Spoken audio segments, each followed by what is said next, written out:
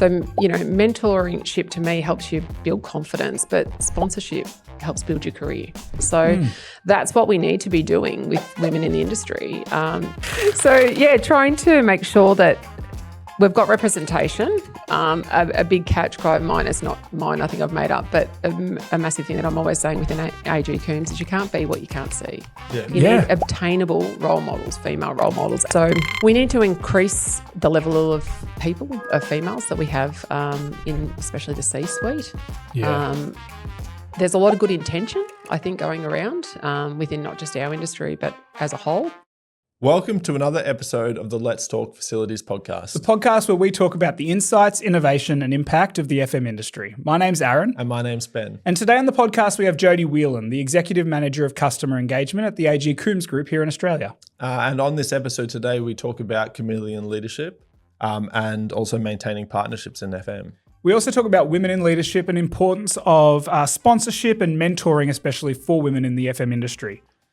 It's all here. It's all here in this episode. We must mention that the end of this episode, our tech gear glitched a little bit, and so we've lost about the last 4 or 5 minutes of the episode. But the rest of it's worth putting up and having a listen to.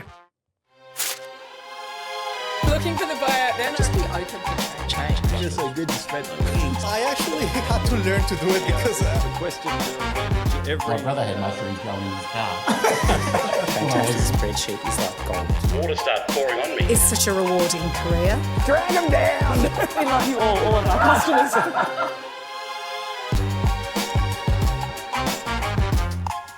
Welcome to the podcast, Jodi. Thank you for having me. I first met you at the FMA conference last year, and we had a blast at the gala night. We're like best friends. It was a few nights before, but I think by gala night we were besties. We were besties by the end of it. I miss you. What a great night. I was like, we're going to get you on the podcast. We're going to have a really good time. And I think we are going to have a really good time. Tell us a little bit about what you do in the space of, you work for AG Coombs. Tell us about your role, what you do. Yep. So I came out of the airline industry. I was straight from university into the airline industry. So I worked in there for about 7 or 8 years. I'm ageing myself because it was Ansett Australia back then. Wow. So. I was going to ask. You were going to ask me Ansett? Oh, wow. Immediately, no. Okay, all right. How offensive. All right. But so I started an operational role there. It wasn't what you knew. It was who you knew to get in the airlines back then. So I had someone high up, which got me in, which was fantastic. Great start. And just worked my way up. So I ended up becoming the youngest airport manager, basically at Melbourne Airport and operations. And it was fantastic. It was a really dynamic work environment. You can understand. Yeah, so we're basically in charge of the management of the day-to-day planes. So you'd talk to the pilots to get an understanding of their weather requirements. They'd let you know what fuel they needed. So we coordinate with fuel, catering, basically down to which gate we would park the aircraft at, working with other airlines if your flight was delayed for whatever reason to make sure that your passengers could connect onto another flight. So it was a real amazing grounding for being able to think quickly on your feet. No day was the same. I think 27 hours was my longest shift once. I basically didn't leave the airport. We had some massive issues, so I just sort of stayed on board. That wouldn't be allowed today. I know, before the days of Red Bull as well, so I don't know how. You literally had a little nap, half an hour here or there under the desk and kept going. Energy drinks wouldn't have been a No, thing. they weren't. I don't drink coffee, so it was a bit of a slug. But anyway, it just sort of put you in it, and it was a great space and great grounding for future, just being able to think quickly on your toes and do whatever you want. So that's sort of where I started, and I hit that point where I actually went as part of Ansett. They asked me to go and live in Sydney for a year and work on the Olympic project. So because they were the major sponsor for the Olympics. So I went up there and worked on that project for a year and then came back and sort of start of 2021, you could sort of get a feel that everything wasn't going right. They'd spent so much money on sponsorship for the Olympics and there was a lot of stuff going on. By April, they'd gone under. So January, I sort of made that decision. Was I going to stay in the airlines? Because like a lot of shift workers, once you're in that industry, you then become a lifer as such. So sort of in my mid-20s, late 20s, and went, you know what, no, I actually want to get out and do more of a 9 to 5. So really lucky to meet Russell Telford, our managing director at Coombs, and the rest, as they say, is history. Yeah, so you sort of fell into it. I did fall into like it. everyone says. Exactly. Still operational, but knew obviously nothing about, building service specialists, mechanical, electrical, plumbing and everything we do in between. But operationally, he was great and he could know that my skills were going to align. The people management side, the coordination of different, technicians, subcontractors, the whole lot. So I started in a customer service role there and have moved. We've got 8 businesses under the AG Coombs umbrella and have moved across a lot of those different businesses and different roles. So currently the executive manager of customer engagement for the group, which entitles a lot of things. Yeah, very broad title. It is a very broad title. I think Russell's kept it that way, so I do get tapped on the shoulder. This is a new one into your remit, Jode, so take it on board, which is awesome because every day I go from meeting and I've got to sort of, right, where am I at now? Am I in a D&I meeting? Am I in a business meeting with one of our customers? Where am I at? So it keeps life interesting, which is what I like. So I've got the National Customer Service Centre for the group is based in Port Melbourne. So we've got 28 amazing diverse people in that team there, and we look after just over 300 technicians up the eastern seaboard, ranging from mechanical, refrigeration, electricians, plumbers and fire technicians. Yeah, wow. So, we've got a vast range of technicians and about 600 subcontractors because we do work all over Australia. So we've got about 600 subbies in that network. So, we're doing a high volume. It's great. It's all on Australian soil, which is something that we pride ourselves on, being an Australian-owned company. Yeah. That's part of it. Also work closely with our sales and business development team, so working on tenders, key mobilisations, and then a big part of my role is around that customer engagement, customer and industry engagement, so different industry associations that we work with. And also the customers, so really trying to get an understanding of what their goals are and making sure we're aligned. So we've all got our own maintenance management systems. Can we integrate them? As you know, that sounds easy in principle, but not everyone easy. says it at the start. Oh, of course, we can just throw some APIs and it'll be easy. And those that know laugh. It's like, it's not that easy. I literally went into Ben's office half an hour ago and said, "Can you give me the API code?" He's like, "No, we're not going to do it." You salespeople at APIs, it's a dangerous thing. Read only I'm access. onto you. Yeah, exactly. So, working with them and then working on a lot of key committees within the AG Coombs group. So very big in the Diversity and Inclusion Committee. We've got an advancement of women. I'm in the ESG Committee, AI Committee, continuous improvement. So the list goes on and on, which is So you've got great. a broad sort of... It is broad. I love it. Yeah.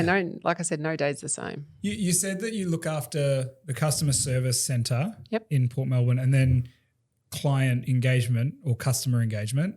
What's the difference between customer engagement and customer service?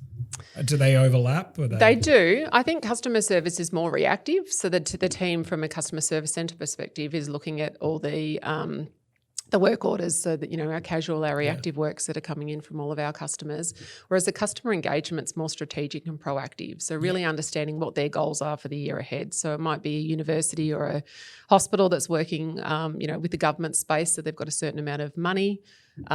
Some months, you come sort of to November, it's getting a bit lean to the end of the year. So working with them to prioritise what they need. I was with a customer last week in Canberra and they're about to change ERP systems, which we know can be a big change, and their asset system at the same time. So working on what the key things and the core things they need and how we can assist them over the next 6 months. Because they're not in a space at the next 6 months to be, maybe looking at data-driven maintenance because they just want to get the basics of their assets right before they can delve into that. So really understanding what their goals are and needs are and then how we can be aligned so we're a lot more proactive rather than just – there's always going to be the reactive element because things break. Hot days, cold days, no matter what it is, things break and need to be changed and upgraded. But the better we can be, it just shows us as an aligned partner to that customer. How do you work with them to be more proactive? Try and make sure you're working with the right people because as you would probably have experienced, sometimes the teams you're working with in the sales team when you're mobilising a new contract, it can be the procurement team. And then when you're getting with the operational team later on, they may have different goals and alignment, and yeah. it's really tricky sometimes to work through that because it's the same customer, Yeah. but they may not be communicating, especially if one, is sold in Melbourne's doing procurement, and just say it's a national contract and you've got an FM that you're dealing with in Queensland, they might not be aware what was sold. So really getting in with the right people, getting an understanding of what we've been sold, what we've gone out to tender, what we're going to be delivering, What the scope is. And then making sure that aligns with their goals, because their site, if it's a national portfolio, may be a little bit different to the Sydney or Melbourne site. So what are the goals for their site, and how can we better work with their site, but still obviously meet the KPIs we have for the whole customer portfolio? Yeah. We work with a lot of national portfolios, and I often find the ones in Queensland or the Northern Territory and stuff like that, they want the world because Melbourne and Sydney get the world. It's like, well, what did they get? not sure what they got. But we're not sure what the world is, but we want it. We want it. We want everything that Melbourne and Sydney have. I'm like, well, that's not up to me, right? Like that was up to your procurement. Like, we're not going to let you in then. Okay. It can be hard to manage those relationships. It can, and they're all, depending on the FM that you're dealing with, everyone's at a different skill level too. So they may or may not have technical capability. I have a little bit of knowledge on it. I'm dangerous. I've got a little bit on a lot, but not a lot on one thing. So, just working with them on their skills knowledge as well seems to be a thing, and just bringing up that education piece. So if they are a very skilled person, maybe from a technical position, I might take someone technical with me so we can articulate and speak that language a little bit more, so we've got a better understanding. Vice versa, if they're not, maybe take someone still technically that can articulate it in an easier way. An easy way for them to understand. Yeah, exactly. Yeah. It's so important. Like that whole piece of FMs being able to manage things they don't understand and having the right partnerships with people over a long period of time. Like having that, it comes up in almost nearly every episode that we have an FM industry expert. They talk about that Rolodex of trusted partners. Yes. And I'm sure over your time you've been able to develop really good partnerships. Yeah, we've got a lot of our customers, but there's some that I know we've had over 20 years, the time, which has been great because our whole mantra is whole of life. So we come in from an advisory perspective. We're then going into the design, install, commissioning, when it's coming out of DLP into the service, and then hopefully ongoing maintenance and operations. So we've got customers, like I said, that we've had for 20 years that we're now talking about looking at their ESG goals. So, what are they looking at from a sustainability perspective, because their building is maybe not at the right neighbours rating because it's 30 years old. So it's not set and forget. Even though we've got that relationship and the partnership, we're still working through them with what their goals are and how we can help them. Yeah, and so you would then obviously propose to meet goals, maybe, I don't know, redesigning a system, or I don't know what it Correct. would be, making it more energy efficient. That's where I go over to our advisory team and to the experts either on the fire side or the mechanical, electrical, and I take one of these amazing, mechanical engineer who I know nothing about that side of things, and I'll take them into a meeting with me and we'll try and go through it. Again, last week, talking to a customer that's looking at data-driven maintenance. So I took one of our mechanical engineers in with me to really demo all the different tools we've got from that side of things. So it's knowing who to marry up, who to relationship from our side and from their side, so we've got the best value for each. Yeah. Have you noticed a shift recently in the way that partnership piece is working compared to maybe, I know we've felt it, that some of our long-term partnerships have shifted either with change of personnel or change of management companies? Like, have you noticed that in the industry? Unfortunately, we have. A lot of it's, I think, not in a good way either, come back from being that trusted partner and advisor to more of a command and control type relationship, where abatements are coming in, KPIs, which they should be measured and they're definitely valued, but we understand. As long as they're achievable. Correct. So you don't want to be setting each other up to fail. And that's how it can be a little bit, because everything's cost-driven at the moment and it seems to be getting worse, which I don't think is doing anyone in the industry a good thing, because when you're doing that, it a lot of times it can end up resulting in non-compliant testing or not working to the safety standards, because we know, what it costs to do something to that level. And, if they're coming back and saying cost is too high and going with another provider, then, there's a worry that it's not going to be done safely or compliantly. Yeah. Yeah. And it sours relationships, sadly. Like some of these relationships are, like you said, 20 years in the making, and correct, overnight, just the shift of needing to pinch a few pennies changes that. And as we know, that's only short-term thinking. Yeah. Because long-term it actually costs them more. So we, and we've seen it. We might go back.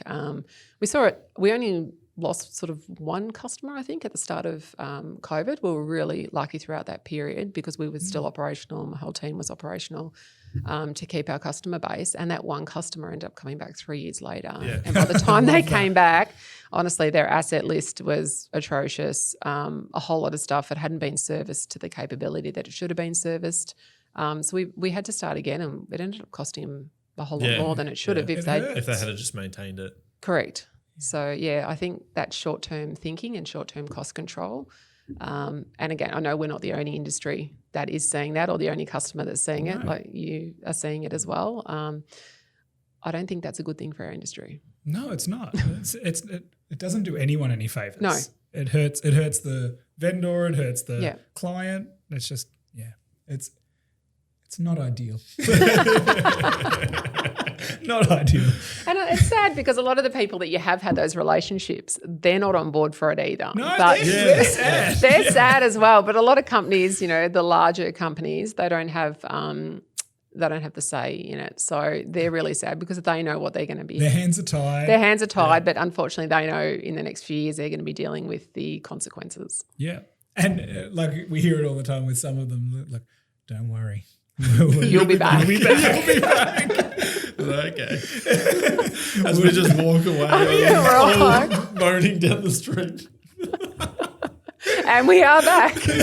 And it's more financially beneficial for us, but it's not a good thing. No. It's not good for anyone. So you are the chair of the FMA Vic Branch Committee. Correct. Tell us about that. Tell us about your relationship with the FMA and why you love what you're doing there so much to sit on as a chair on a committee. So AG Coombs have had a long-standing relationship, and Brian Price, who you would know, has been on the board for many years as well. And so we've been a big supporter of the FMA along with a lot of other associations. But talking to Brian a few years ago, he's like, Jose, I think this would be a great opportunity for you. So I had attended events before, but I hadn't sort of put my hat in a ring to be on the committee. So I think it's about 6 years now I've been on the committee and chair the last couple of years. And I honestly love it. Like, you've joined the committee this year, which is exciting. It's a lot of fun. Look out, big committee. This is dangerous of you two. We had our, it is actually. I'm not one of those committee members. Mate, the events are going to be wild this year. The events will be wild. Look, buckle up. The members are going to absolutely love it. I want more awards that are shaped like a teardrop, not circular. Okay. So they're going to be like, why is Victoria booming? What's going on there? Well, there's a high bar because Victoria won Committee of the Year last year. You would have heard it because I think the whole of Adelaide heard it when we got to accept our speech. We were pretty excited at the conference. So I did say we had our first committee member meeting yesterday. Yeah. So I said, look, the bar is high. We've set it. New committee members, no pressure, but it's good. It's good. So honestly, the relationships that I've gotten out of it personally and professionally, it's been amazing. I know you've had a lot of the FMA people on the podcast. Yeah. So, your listeners would understand who they are and what they bring to the committee and the FMA in particular. So I love it. It's fun, like the events, networking. We've got lawn bowls this week. Like, who doesn't love lawn bowls with a glass of wine? Barefoot as well. Barefoot, yeah, exactly. For those who love that. Some people love that. Aaron and I have already called it that we're going to win, so... Absolutely zero skill. It's just all on trash talking. It is. That's gonna.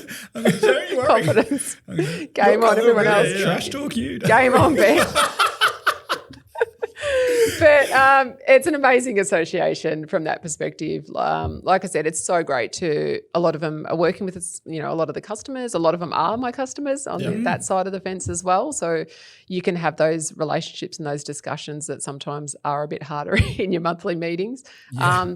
But just understanding some of the challenges we have, like we were just talking about some of the individual challenges that we have now, we're all in the same boat. And sometimes it's nice just to know that you're not the only one out there on a bit of an island, that you're all going through the same challenges. So how can we all work better to lift each other up? So, and one of the things I love about it is you see, like where in other industries things are competitive and you see people come in with their chest sort of out and they're a bit standoffish and like that doesn't happen in this industry. I've found you've got people from competing firms, management firms that are at the same event and they're best friends. Yeah. And they're sharing and sharpening each other and sitting on a panel talking about, oh, we do it this way, we do it this way. Oh, that's a great, there's not this animosity that you see in some other industries.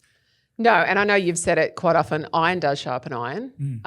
And that's one of the best things that I get out of it, because at the end of the day, we are all on this island of Australia. There's only a certain amount of us. There's a certain amount of buildings. There's a certain amount of work. So if we don't win this one, we're going to win the next one or the one after. It swings and roundabouts. There's enough for us all. So it's not worth, if you win one, we all have challenges. There's certain things, whether it's retaining staff or whatever it may be. Everyone is in the same boat, especially now with, cost cutting and control. And so why not prop each other up and help each other? It just benefits the industry. Yeah. But part of propping each other up, I think, is last year I spoke with Brian and said, Brian, I'd love to get you on the podcast. And he's like, no, you need to get Jodi. And this is before I'd met you. He's like, you need to get Jodi. She's the future. And I was like, that is so cool to see someone who's that high up, who typically, we think of it's such a male-dominated industry. He's making an effort to say, hey, you know what? I'm going to lift some people up that should be seated at the table. How have you found that, being a woman in the male-dominated industry? There's a lot to that, and I'll dive into that. But firstly, coming back to Brian, Price and Russell Telford, they're on the board of the AG Coombs, so really high up in our company, and two in particular that have been there my whole career. And have been amazing, not just mentors, but sponsors.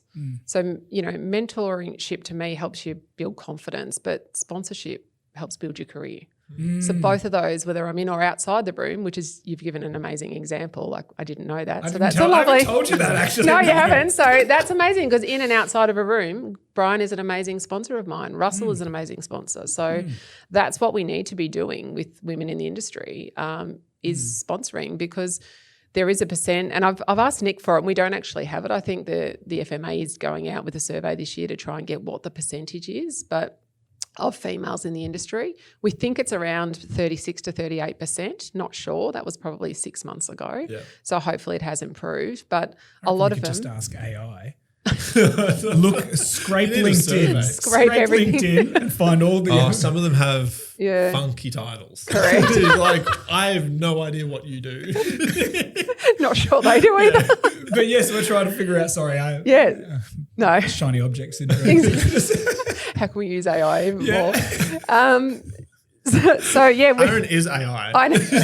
I'm actually fake. A-bot. So trying to make sure that we've got representation. A big catch cry of mine, is not mine, I think I've made up, but a massive thing that I'm always saying within AG Coombs is you can't be what you can't see. Yeah. You need obtainable role models, female role models. And I haven't had that for a lot of my career. So I just had the tenacity and the curiosity and, amazing sponsorship and mentorship and support to be able to rise up and to be able to fail too. Sometimes it's, lateral moves, sometimes it's up the ladder, but you've got to be able to have people in your corner like a Russell or a Brian, so you can fail and they're there to support you, because we all know some of our biggest failings is, we learn so much out of it. So we need to increase the level of people, of females that we have in especially the C-suite. Yeah. There's a lot of good intention, I think, going around within not just our industry but as a whole, diversity and inclusion and ESG, but we need to make it more tangible in how we're doing that. So that's why with AG Coombs, we've got a diversity and inclusion committee that we've had for the last 2 or 3 years. 12 months ago, we realised we actually did a Women in Leadership retreat, sort of 2 hours out of Melbourne, went away. We had it facilitated by an amazing high-performance coach. He's ex-veteran. So we went away and 10 females across the group. So all different ages, all different levels of seniority within the group, down to a technician, 2 years out of apprenticeship, graduate mechanical engineer. And you know what? Their voices were amazing. It was so amazing hearing what they think, what the future, what they want in the future. Because I can come into it with my lens, and that's sort of a 20+ year lens in the industry. So really understanding everyone's roles and responsibilities. So coming out of that, we've created an advancement of women reference group. So there's a whole lot of things, doing some internal mentoring and sponsorship, male allyship, so really defining from an AG Coombs perspective what it means to be a male ally within the Coombs group. What does that mean? I don't know what that means. A male ally, supporting females. Supports, So speaking up. Okay. So if you see bias, there's a lot of, and just down to some really simple things like gendered language. Quite often you'll be in a meeting and whenever someone's referring to technicians, they're talking as he. As male for technicians or contract managers. So you can imagine guys out on the field. The guys, or vice versa when they're talking about the admin team, I'll pass that on to the girls in admin to do. Do you know what I mean? But it's some really basic things. I'm like, we actually have some guys in admin, by the way. How do you think they feel sitting in on this meeting? Or you've got some female apprentices, and they might be one female apprentice in a group of 10 tradespeople at that time. So how do you think they're going to feel? Because, they might be a 19-year-old female. They're not going to speak up. And there's some basic things in that we've looked and working with all of our recruitment partners on roles and PDs. When you do some research, and AI confirmed it, is females, and myself included, if you're looking at a PD or you're looking at a role, whether it's to apply for a board position or whatever it may be, you look and there's, might be 20 bullet points. You want to tick off 18 at least. 19, 20 preferably. So most men, 5. Exactly. You see all these if you're lucky. But that sort of thing. So we're looking at when we put our position descriptions out for whether it's a contract manager or a project manager, how does it read? Is it reading that you need to have had a trade background? Because you know what, 10 years ago it probably did. You don't need that now. You're a people manager. So we've got so many technically sound people within our business. Like I was saying before, that's not me. I know a little bit, but I can take someone that's technically sound out with me. And the FMs are changing as well. Predominantly years ago, the FMs had come up usually from a trade background, got off the tools and then became an FM in the building. That's changing it's not the too. case anymore.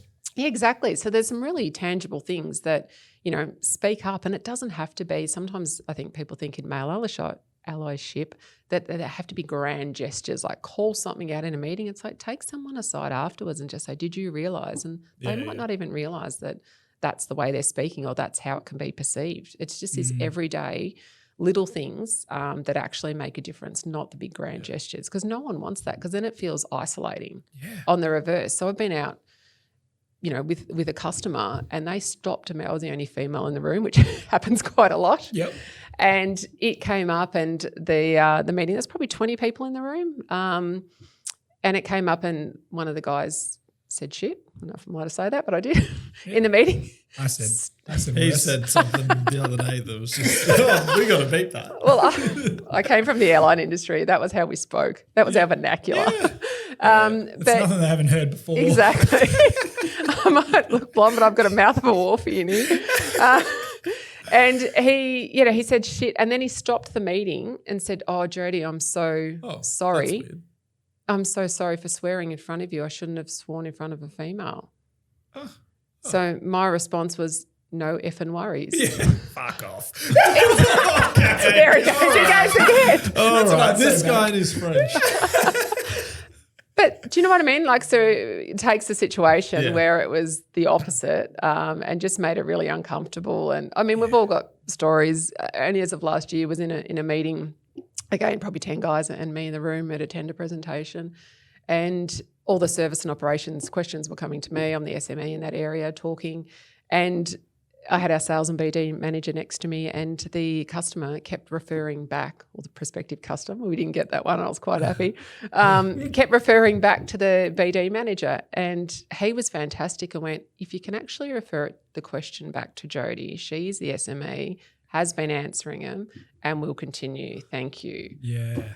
Because it's just, he didn't feel that he could talk to a female about this. So it's just those little things. And by doing that, that's, I got out of the meeting. I'm like, oh, thanks, such and such. I don't want to name him, but. You feel a little bit deflated. Well, I did. And I'm like, oh, I really appreciate you stepping in and saying something, because I would have just kept going with it. But it's not always the case. So he really, and it wasn't a big thing. He didn't make a big deal of it, but him saying that, the guy got a bit of a shock by it and then spoke to me the rest of the interview, which was nice. That is nice. But they're only little things, but I don't know, they make a big difference. Yeah. Yeah. And how do you see things change, or do you see things that need to change still to get to a healthy place? Like what can we do to change and get better? Well, I still say that language thing, like I said, it's so basic, but talking about technicians as he and guys and that, I think the education, we are getting a lot better. We've recently run a series as part of the AG Coombs group over the last 6 months. We just actually finished our last one in Canberra last week. So we've done Melbourne, Sydney, Brisbane and Canberra, an advancement of women breakfast. So we've, and between the 4 events, we've had just over 500 of our customers and partners attend. Oh, wow. Which was absolutely fantastic, something really proud. I was on the panel on each of them. Yeah. Like, again, do you need me again? Russell's like, you're doing a good job, stay on. Yeah. But yeah, representing AG Coombs. But we also had a keynote speaker at each of them. So the last one last week, we had Kate Palmer, who's on the board for Richmond Football Club, an amazing female that's accomplished so much in her career. So she was a keynote, and then we had a panellist, a diverse range. So I was sitting next to a female Olympian softball player who was fantastic. We see a lot of stuff in high-performing sports teams, and it really translates over, I think, the way they work and where they're coming. So we are a sponsor of the AFLW for Richmond Football Club and have also recently assigned a deal with Softball Australia for the females, which is really exciting. Yeah. So having that in the breakfast and just calling it out, and in that same breakfast we also did an interview with one of our female apprentices and one of our female graduate engineers. The customers that came along to that, so there were some junior FMs that are just starting out up to senior roles. We had some great male champions come along to that that are supporting females within their businesses. So it just opens up the dialogue and the discussion. Yeah. And the feedback we've had coming out of that series, we did it as a breakfast series, so sort of 7:30 to 10:30 in the morning. Not a huge financial investment compared to some of the other sort of networking and functioning things you do when there's alcohol and that sort of stuff. But a lot of females can't attend to those because they've got a family to go home to at the end of the day. So really trying to move away some of those traditional more blokey events. So we've had an amazing lot of feedback from that. So looking at that, and that's around the advancement of women. So, next year, what can we do as a series? Is it around male allyship? What's it around? So it's just continued education from a customer perspective and all the different partners that we work with. So I think that's something tangible that we're doing that I would implore everyone to do. I love that. It's those little things that and little touches that you don't see every day from every company. As you were talking, and I was thinking about the AG Coombs and their approach, and you actually don't. It's not just policy on a piece of paper. You see it in practice.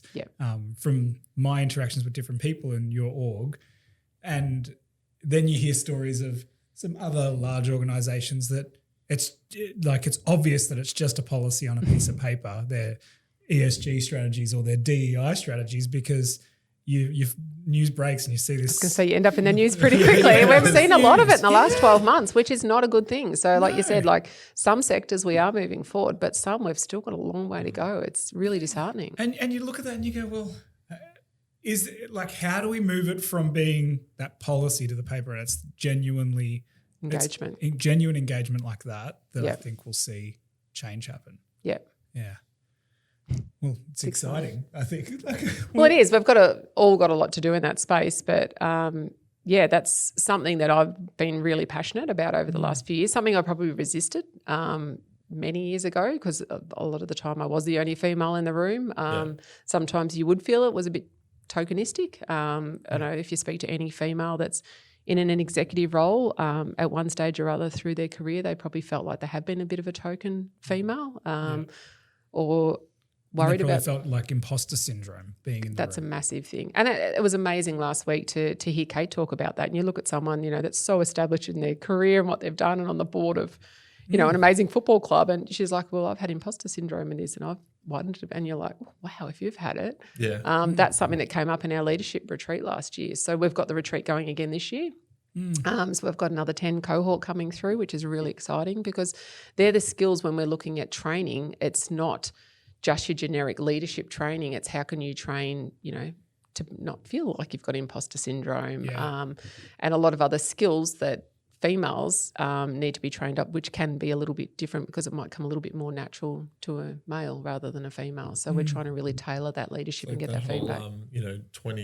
ticking the 20 things off on a resume. It's like guys will just, there's 5, it's like, yeah, I'm good. And it's just that confidence of just going there and get the job. Do you know what I mean? Yeah, it's true. And that happens a lot. And you see that in companies because a lot of the men in a company will be the first to put their hand up.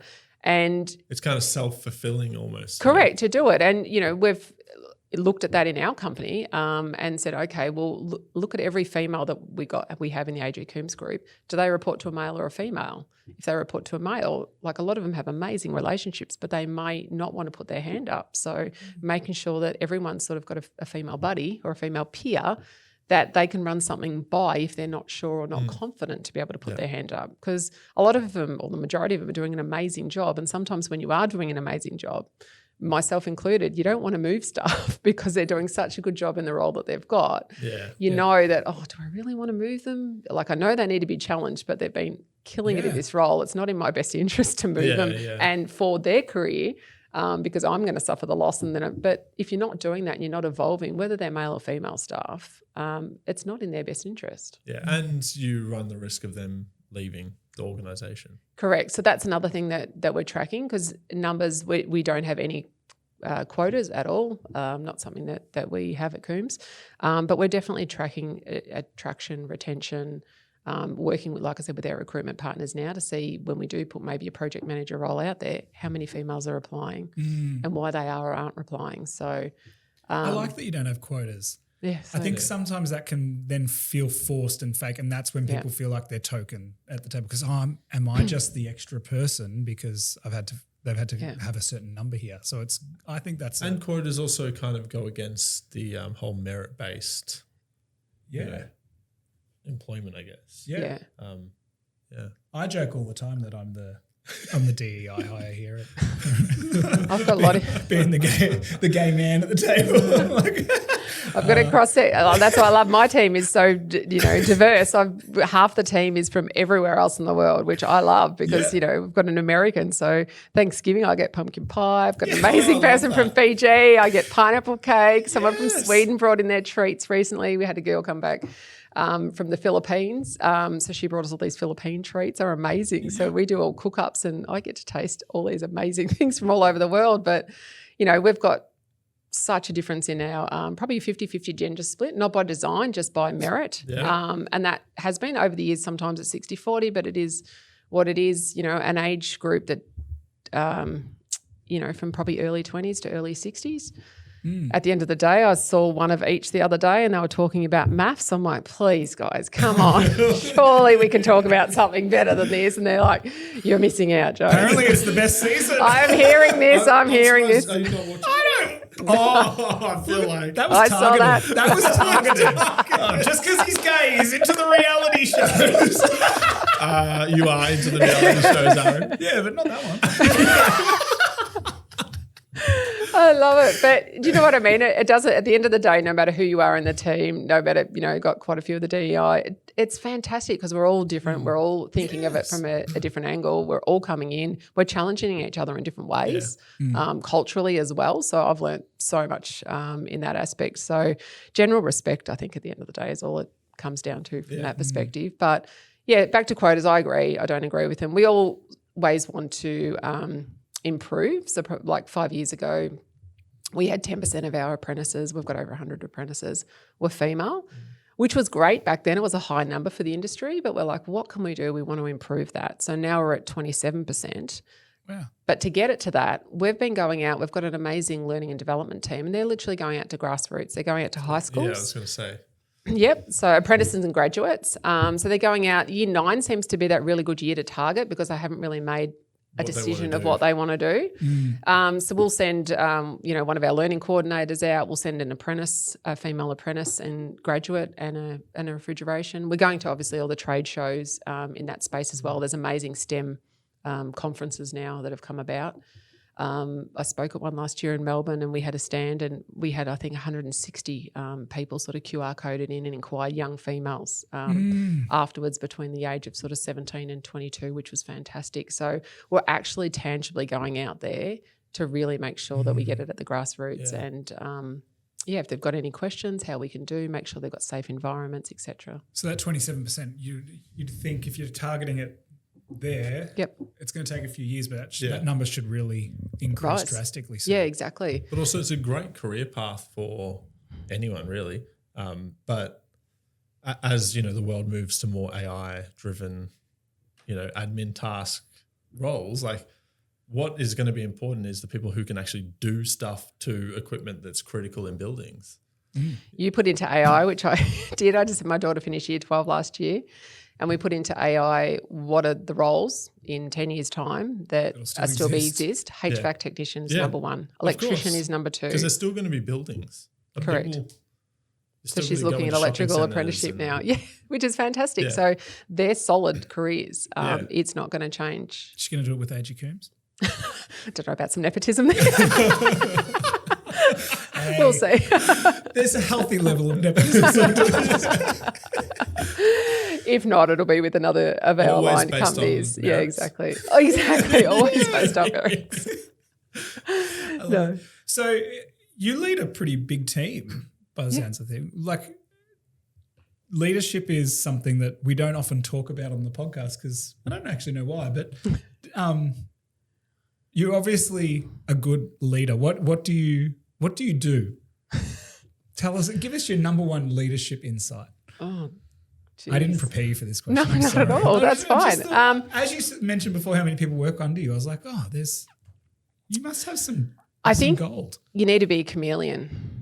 At the end of the day, I've done a lot of leadership courses. Very curious person. Like I think I said to you guys before, when I'm driving in the car a lot, I travel a lot. I get up at 5 every morning to do either a walk or a run. So I'm always on podcasts. So I'm really listening. Sometimes I need something brain dead, but sometimes, there's probably 6 different leadership podcasts that I listen to. So even though I've been on leadership retreats over the years and done a whole lot of work around leadership, we've got some amazing people in our L&D team and external and internal courses.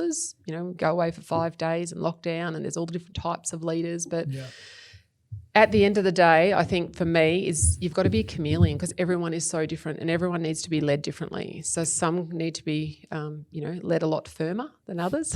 With a stick. Exactly. I was going to say that, but I'm like, we can't really hit people these days. I can say it. The stick and the carrot works for some people. Let's just say that. Sometimes Ben threatens getting out a cross and crucifying people. Oh, no. Where's the cross? Oh, that's hilarious. Okay. And other people's don't. They need more of a nurturing leader. That sort of leadership would scare them. So it's really knowing your people and knowing when they need to be led and how they need to be led. That was really where I think AG Coombs, our leadership as a whole, came into the fore over COVID. Like I said, we didn't lose any customers. We didn't lose any work. We had a downturn. Everyone stayed. We didn't lose the employees because we were able to lead. Like we were having management meetings every single night, 4:00 to start with. And then it eventually went to every week. And I think at the end we had 287 or something. Brian will correct me because he led them if I'm wrong. But an amazing, because we've got to be agile and you have to be agile. We live in this and work in the service industry. So we've got to be very agile on how we're thinking. Understanding what your team are going through. Someone might not be who they're at their best self at the moment because they're going through a separation or whatever they're going through. But I've done a few 360 reviews over the years and I love them because your staff get the opportunity or your peers get the opportunity. They get to give you the trait. And it stuck out. And I still think this is probably about 5 years ago, or longer, 10 years ago, this one. And it was supportive, fair, Oh God, and I found the other one. I think it was encouraging. And I'm like, lead by example. Yeah. I'll want you to do what I'm doing because Yep. if I'm not emulating that, how can I expect you to emulate that? So I am fair. I do have expectations. I'll set those out, but I'm never setting someone up to fail. So these are the expectations. Let's work on how we can do it. Let's work where you are with your career, especially from a female perspective. Terminology that I heard recently that I love is career scaffolding, which is helping, supporting people, not letting people fail. So there might be a stretch goal that you're wanting someone in your company, especially a female, to get to because they're not putting their hand up. Remember, all the boys are putting their hand up. So you might sort of set out that they're moving from an admin job into a contract manager job. So making sure along the way that they're getting the training that they need, they've got the support that they need, they've maybe got some job shadowing with someone in that role to get a real understanding of what that role is, because on paper can be very different to what your day-to-day. I don't even know what my role on paper is these days compared to what the day-to-day is. You're probably the same. So rather than giving someone a PD, do some job shadowing. So they've really got a scaffold at each level to be able to get to the top. And if they haven't, they're going to fall. And you don't want people to fall because once they fall, a lot of people won't Go back up. So that's probably some of the views I have on leadership. Oh, That was good. that was very good. You went, that's probably some It's of a the leadership views, podcast. Let's talk leadership. There's a lot out there. And you know what? A lot of it that I get frustrated at too, it's words. And, you know, we've all worked with people or been with customers that all claim to be amazing leaders, but they're not doing what they're saying. And like we were just saying, whether it comes back to your diversity inclusion goals, no matter what they are, if they're just on paper and you're not living that authentically, What's the point? what's the point? Yep. That's one of the reasons I respect you a lot. Is Well, this is good. Come on. I want to hear this. Bit of therapy, guys.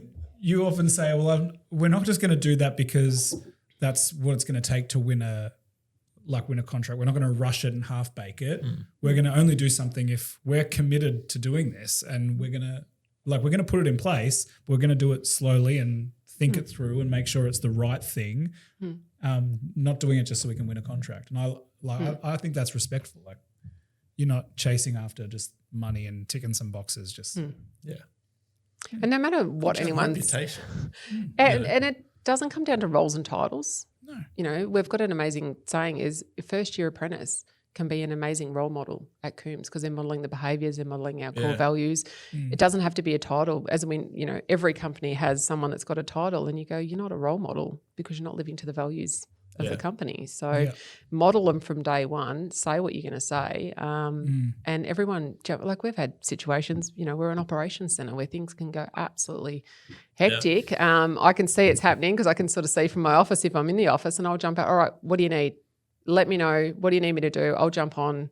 I can help out. And I love that because sometimes I have become a bit detached from a bit of the day-to-day. So I'll jump in and, you know, we do safety technician checks 3 times a day. So for those 300 technicians, we do a proof of life basically every morning at lunchtime in the afternoon. So they've got an app that they use, but if they've forgotten for some reason at the end of the day and it's after, 4:30, we'll run a report and we might be 17 technicians. So we'll call them to make sure that they've finished the day safely because they're working one out in the plant room a lot of the time. So It's you need to very make sure, important. and that, again, we say what we do. A lot of technicians, when they start, they're like, oh, you've got a safety thing.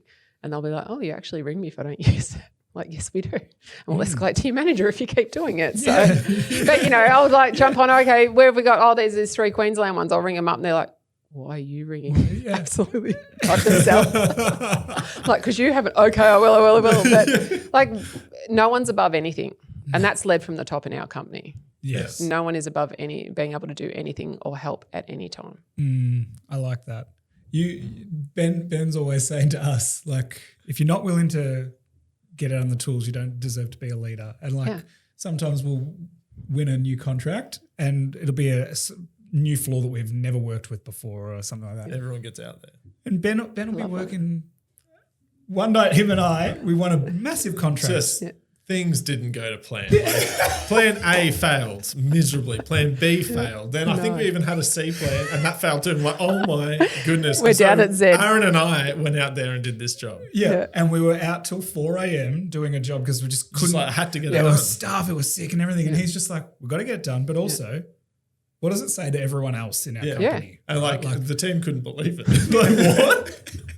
But that's fantastic, we have isn't it? Lead by doing. Yeah.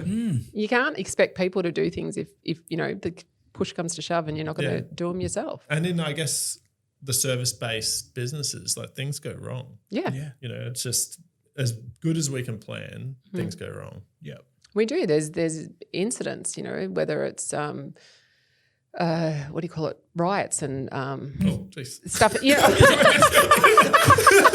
I was just about to say I was not expecting planes that. crashing. I was going to say planes crashing, but I'm like, remember Essendon Airport a few years ago? The plane went in there. DFO, Correct. We work in a lot of buildings around there. So we straight away working out where our technicians that were in like a 20K zone and calling them. So within 5 minutes we knew.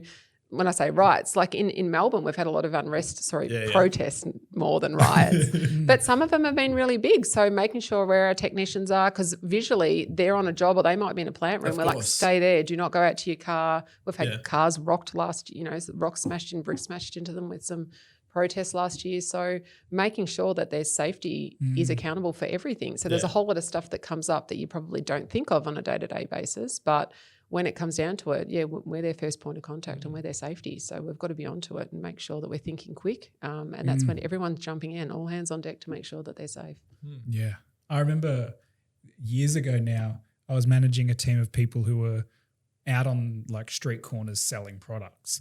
And you remember at the Elizabeth Street, Flinders Street thing, the guy drove through people and knocked a bunch of people down. Yeah. I remember we had someone stationed on that corner and I was like 3 blocks away and someone said, oh, did you hear about what happened? The first thing, I just dropped everything and ran. Like I was like, why? We need to get out there. We need to see if that person's okay. They're fine. But that whole thing of like, we are, no one else knows that person. We sent that person there. Like, correct. We're the only. Well, it's a duty of care. Yeah. It is. And I think, again, that's where some people may talk it but don't actually live it. Yeah. That's right. So I know we're sort of running out. We're running close to end of time.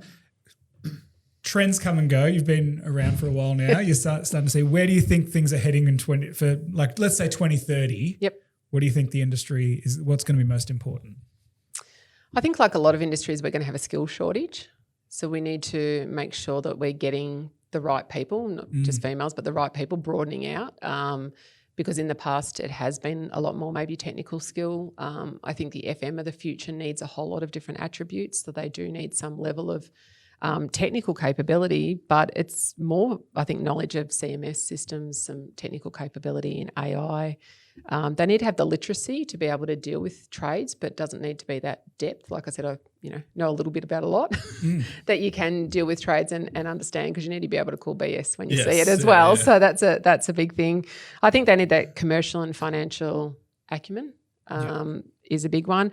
And that strong stakeholder engagement, like we're talking about around partnerships. And I think a big one that's emerging is really good emotional intelligence and really good to be a diverse leader, because our industry is just going to keep getting more diverse. All industries are. And a lot of people may claim to be diverse leaders, but I don't think that they're there yet. So I think the FM of the future, that they're going to need that. Yeah. That piece on being able to, like, the technical side is no longer big, but that learning of AI and learning, like, there's so many skills that we don't even know exist yet that they're going to have to learn by 2030. Correct. Because buildings are getting smarter, we're getting more assets, we're getting more data. But as we know, more is not always good. We need to be able to disseminate that data, understand, from a vendor, a service provider perspective, what we need, what our customer needs, and be able to meld the two. So it's really around that better leadership and better relationships, I think, is something. Understanding that we do need that smart buildings and we do need data, but if we don't have a relationship with our customers and vice versa, it's useless data. Yeah. Yeah, and if we're not helping them understand the data we're giving them Yep. sometimes as well, like it's like being able to translate and communicate well. Correct. As part of that leadership is so important. Yeah. Thank you so much. No worries. Thanks for coming having to me. the studio. Always a good chat. It is always a good chat. Look out FMA functions. These two are dangerous. Exactly. Game on Thursday night, Ben.